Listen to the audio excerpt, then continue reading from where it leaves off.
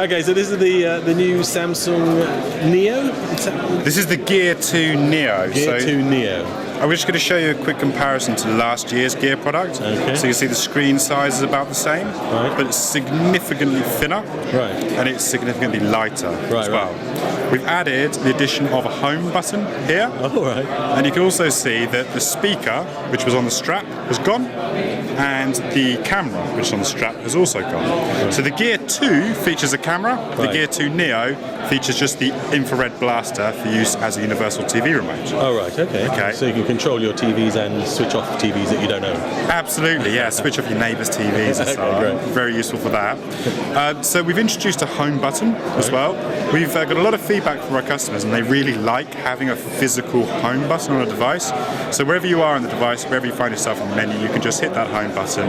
That's going to take you back to the watch face. Right.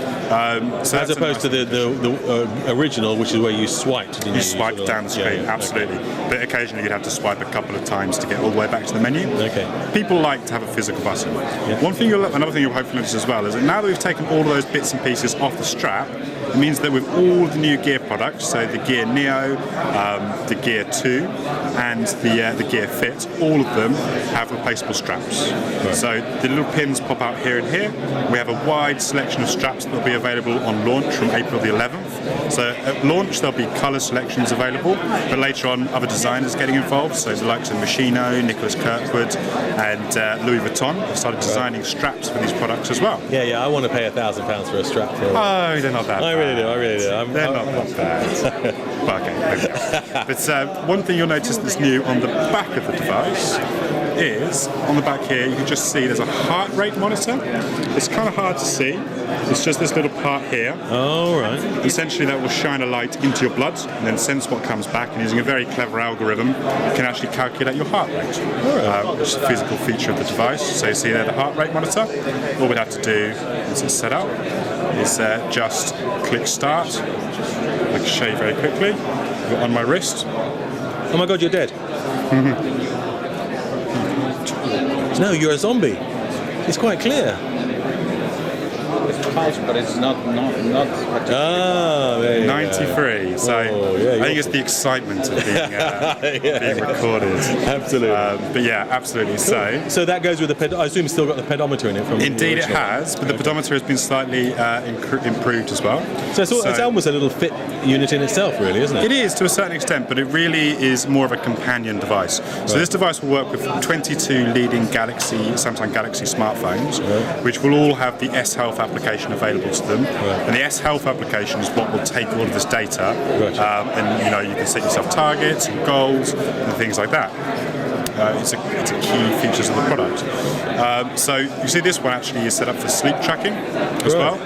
So it's going to use that heart rate monitor while you're sleeping to track your stages of sleep. Oh, so you don't have to put a pad on or anything like that. It'll actually just do it by wearing the watch. It will do it by wearing the watch. Cool. Wow. Yeah, absolutely. That functionality hopefully will come to some of the other gears later on. But that's kind of reliant on the heart rate monitor and the gyroscopes to sense how much you're moving. There's a gyroscope in here as well? There's a gyroscope, an accelerometer, an infrared, and a heart rate monitor. No GPS? No GPS, but it connects by Bluetooth to your phone and uses GPS tags from your device. Okay. So if, for instance, the exercise you want to do is cycling, it's going to get from your device your starting point.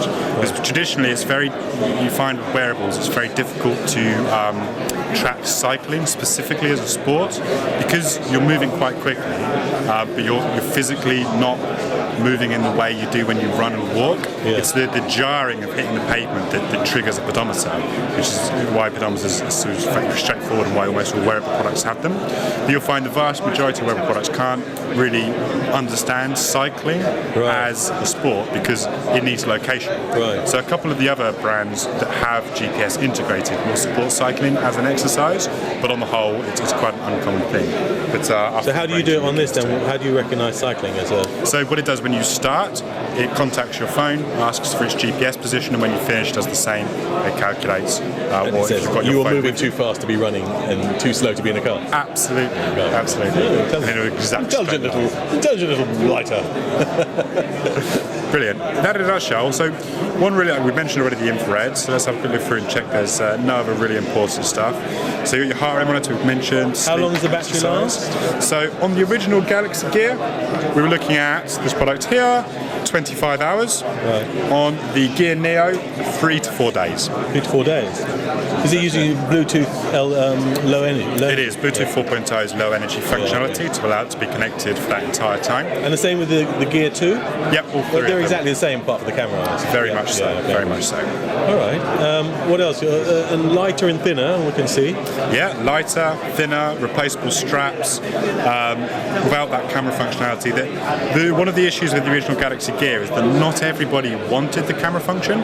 Probably 50-50 of people buying it, half did, half didn't. So essentially, we wanted to release a product that was, you essentially weren't paying for something that you didn't want. Right. It's simple. So how much is the Neo? This one should be retailing for around approximately £199.99. Yeah. That is not an official price whatsoever, just an approximation. Yeah, ballpark, okay. Absolutely. And the 2 will be more, I believe so. It will be in a slightly higher price bracket. Yeah. And when is this available for sale? April the 11th. April the 11th? Indeed. Oh, we're almost there. Almost there. Thanks very much. You're more than welcome. Thanks a lot. Thank you.